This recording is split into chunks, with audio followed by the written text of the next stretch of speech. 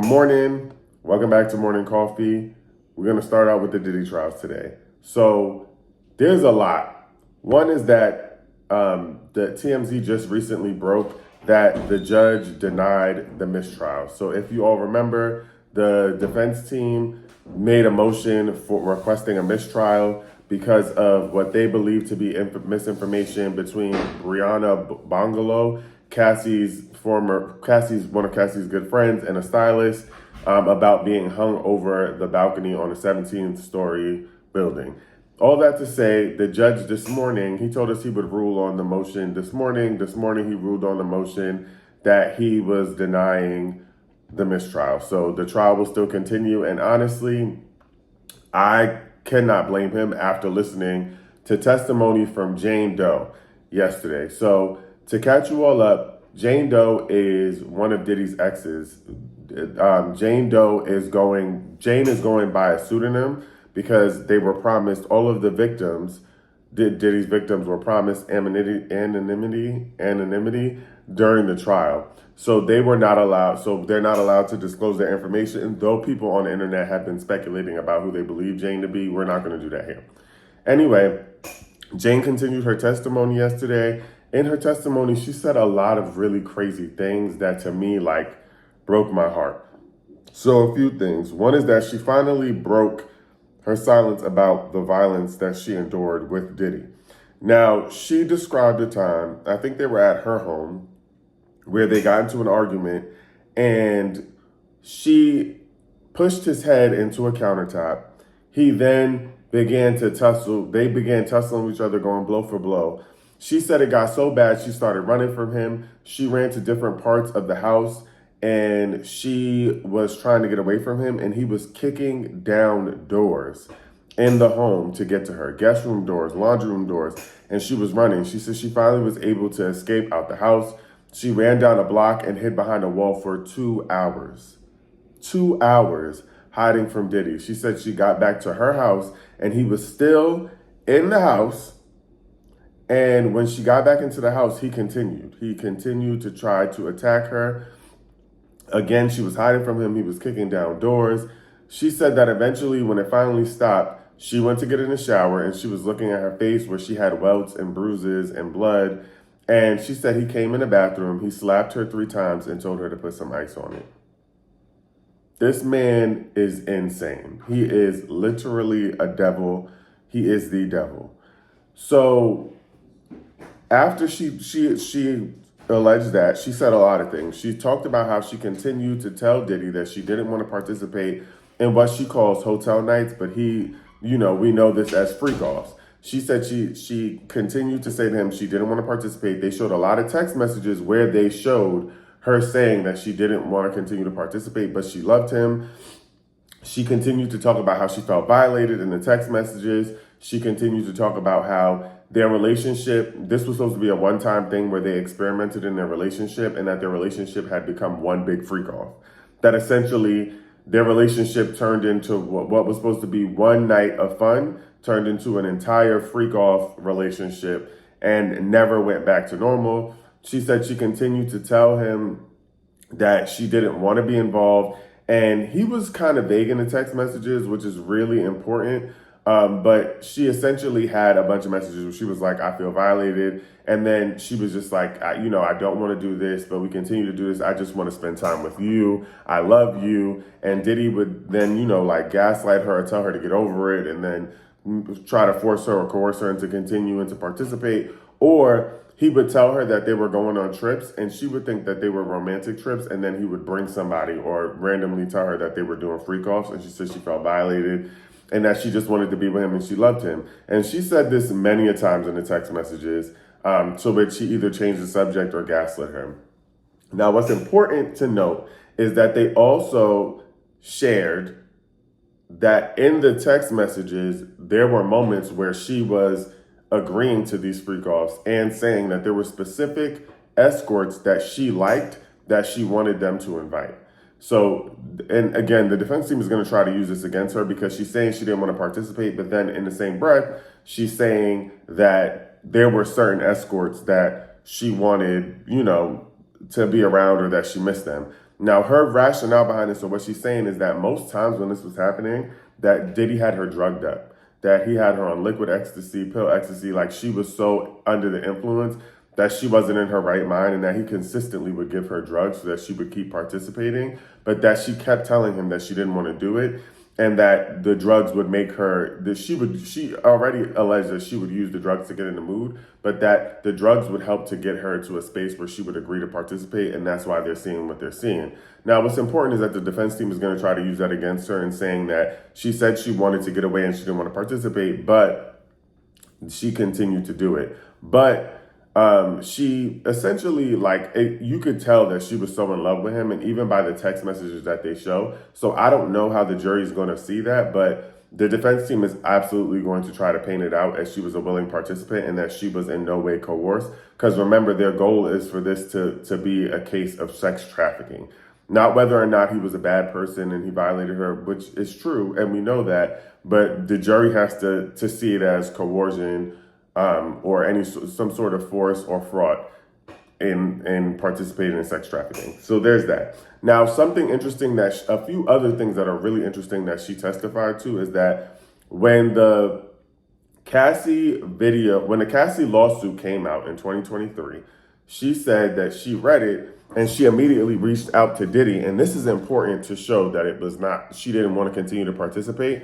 She reached out to Diddy and said that she read it and she was sick to her stomach because 3 of the pages reminded her of what was happening to her, and that she was basically feeling like she was reading her own story and her sexual trauma, and that she felt really bad for Cassie. Now, apparently or allegedly, these are in text messages to him where she told him, like, I can't believe this. I'm reading my own sexual trauma. I feel like, you had me doing these things. And she also had said before that she felt like she was being locked away in a hotel to be used as a prostitute. Now, Diddy, of course, was like, I just need you to pray for me. I just need you to pray. This is not what it seems like. This was just some kinky stuff and that it wasn't a big deal, trying to basically downplay it. Now, what's interesting is that she says that so they have a recording. So the court plays a recording of that phone call. Jane Doe says that she wasn't the one who recorded it, which is so interesting. And she said she did not know that she was being recorded while the phone call was happening. And they said that in the video, you can hear in the audio, it sounds like a screeching sound. She basically testified that she believes that Diddy was taking notes on a whiteboard with a Sharpie marker and essentially recording her. But what's also interesting is that what people are saying from the audio is that it sounds like he was trying to get her to say certain things. And he just kept saying, like, I need you to pray for me. I need you as a friend. Just breathe. And he tried to basically he asked her at one point, not on the phone call, but via text message, if what they were doing was coercion. He also continued to ask her if, she wanted to participate in these things, basically trying to make her say all the right things because he wanted to cover himself. He wanted to make sure that he had audio of her saying that she was a willing participant, I guess because he thought exactly what's happening now could have happened. And so he continued to try to basically coach her through it on the phone. And she said she felt very uncomfortable. She was sick to her stomach, that she didn't know all of this was happening. And that was that. And then eventually, I guess they continued their relationship. And then when the video of Cassie broke on CNN, she said she was with him. So remember that he put out a video apologizing, allegedly, to Cassie after the video had leaked from CNN. She said she was with him when that happened. When she asked him about it, he said that was the only incident of violence that had ever happened between him and Cassie, and that Cassie was the one who started the violence. Like, she threw the first blows and was the main person being violent in the tape. Now, Jane Doe was saying that she believed that for whatever reason, and that they were called into a huddle where they were talking about what their PR move was and what Diddy was going to do. She said that there were several edits of the video that were made. They were before it was put out. So the apology video that he put out. And she said that she recommended and that they suggested that he say sorry to Cassie in the video. But he got advice from his legal team saying not to say Cassie's name in the video because she could be used as someone in the trial, as a witness in a federal trial if the federal trial actually happened. Now, I don't know why it's being restricted. So she says that that happens. She says that she and Diddy then they have like, whatever, an altercation. He basically tries to affirm for her, like, that's not who he is, blah, blah. And then we see the video come out. But she was with him the entire time for that whole situation. So she then also says that the freak-offs didn't stop. So remember, Diddy knew that he was under a federal investigation for quite some time. She said that the last freak-off that they had was in August of 2024. Mind you, Diddy was arrested in September of 2024. So though he knew he was under a federal investigation, that still did not stop him from pursuing these freak-offs. He was still having the freak-offs up until a month before he was arrested. Okay. She also talked about a time where he and her got into it because he was on a podcast. Now, they didn't say whose podcast it was, but I think we can all assume what podcast she was talking about, where he basically was talking about being sexually active for 48 hours with another woman. And she said that she asked him about it, and he wanted to go back and forth and was like, that's not real. It's just a podcast. I would never, blah, blah, blah. So essentially, he tried to downplay it, but she said that she felt jealousy over that and that she said she didn't want to continue to be involved if there were other women. Now, that's the testimony so far. What's interesting is going to be when the defense team decides to do when they do cross on the defense team and they try to pull apart the details of her saying she didn't want to participate and that she did. But I do think that ultimately, and again, this is really about the jurors. Like, we're not the jurors.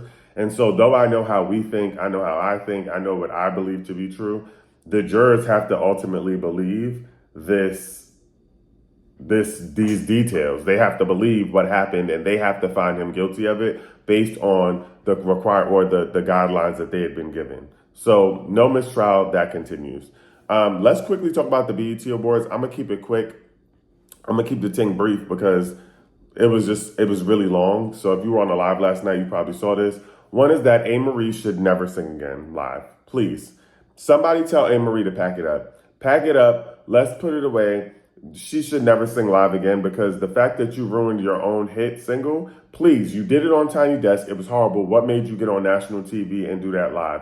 That was tragic.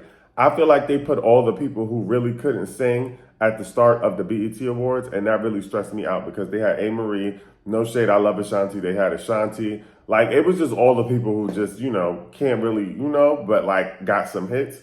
That was nice. I love seeing it. B2K did their thing. You know what I'm saying? Came out in all white, looking like milk. Can't believe they were all together on the stage. That was good. I love that Kendrick Lamar got album of the year. I just feel like Not Like Us is going to haunt Drake for the rest of his life. Now, the whole album won GNX. It wasn't just Not Like Us, but Not Like Us was also up for Song of the Year. I just think that at this point, you know what I'm saying? Give the Drake, I know he's somewhere punching the wall, slapping air. I don't know.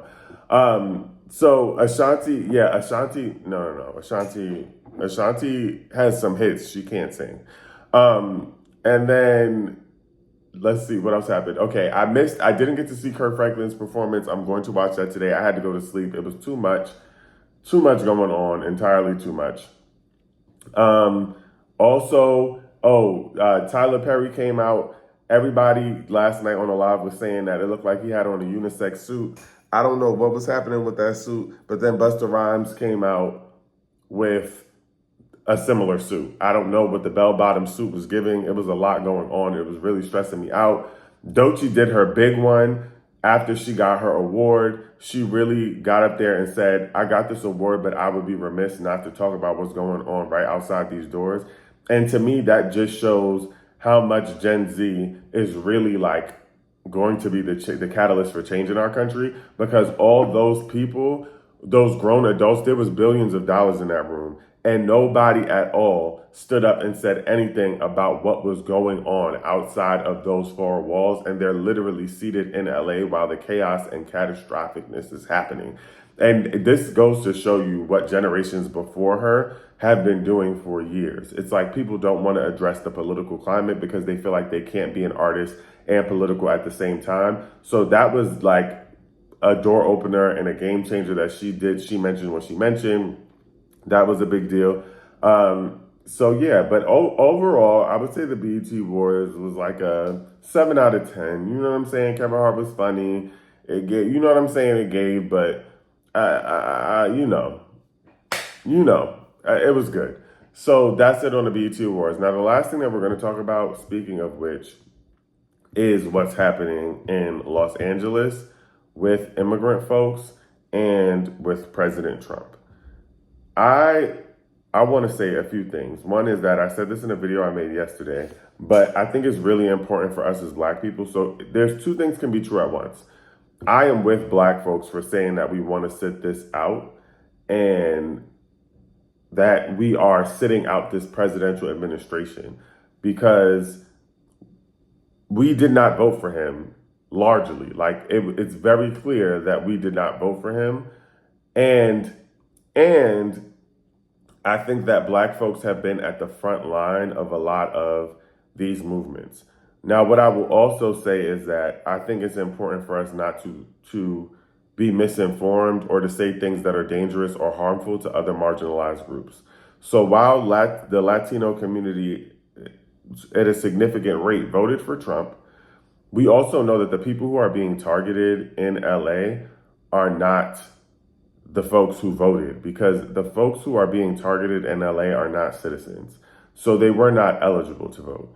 And so I think it's just really important that we don't cast judgment on the folks who are being targeted in essentially a hate crime against a group of people for absolutely no reason. And I think it's important that we acknowledge that there are people within every marginalized community that thinks that they're better than other people. And so the Latino folks who voted for Trump don't essentially affiliate or associate themselves with groups of Latinos who are being targeted to be, kicked out of America. So I think it's important that we acknowledge that and not try to lump Latino folks all together, because that's not true.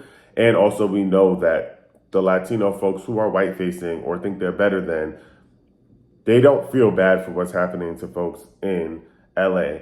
Now, again, I'm not telling anyone to go outside and be on the front line for what is happening in LA, because I truly believe that Black people are entitled to their rest. We need to take a mental health break. We need to be able to check out. I'm not even saying that Black people need to be the advocate of this thing. But what I am saying is that it's important that we not lump folks together based on what's happening to them. And we can also acknowledge that it's sad. It's sad. They are using war tactics. They are putting resources that are put in when we're at war with other countries to essentially find illegal immigrants and get them out of our country or deport them. And it's unreasonable. The force is not needed. It's not required. What is happening is beyond us. And it's essentially starting a war within our own country, a civil war. And I think that we cannot go without having conversations about what that means. And also we know that right now it is people who they're deeming as illegal immigrants, but we also know what the underlying message is here and what this means for marginalized groups and marginalized communities. And so I think it's just important for us to continue to talk about, and it's not something that we need to encourage or make light of. And I think people are quick to say, y'all voted for him, but it's important to have context, right? To add context to what we're talking about, because the folks who are being impacted didn't actually vote for him, and we don't want to spread misinformation. So my heart is going out for folks in LA, because I can't imagine what they're going through or how horrific that experience is. And if you feel comfortable to using your voice to lift up what is happening, without overextending yourself, and also still taking a mental health break, because we are Black folks and we're tired, is just really important. So that's all I have to really say on that. It's sad to watch. My heart is breaking. There are kids who are going to be ripped away from their families. There are children who are innocent and adults who are innocent. These are people who are not committing actual crimes. The people they're targeting, they're making them out to be dangerous people. But at the same time, we understand that most of the violence that is happening in America is coming from American citizens. It is not immigrant folks. But this is the world in which we live in, and I don't want us to be the reason that we perpetuate stereotypes and continue to push stereotypes of what is happening in America to other people who are not responsible for the chaos that's happening. In fact, what we're currently watching is the leader of our country being the person who is responsible for the chaos and for the harm and for the criminalization of groups of people. Like, we know that to be true. So that's all I really wanted to say on that, but I thought it was important to acknowledge, and I appreciate Doechii for saying the same.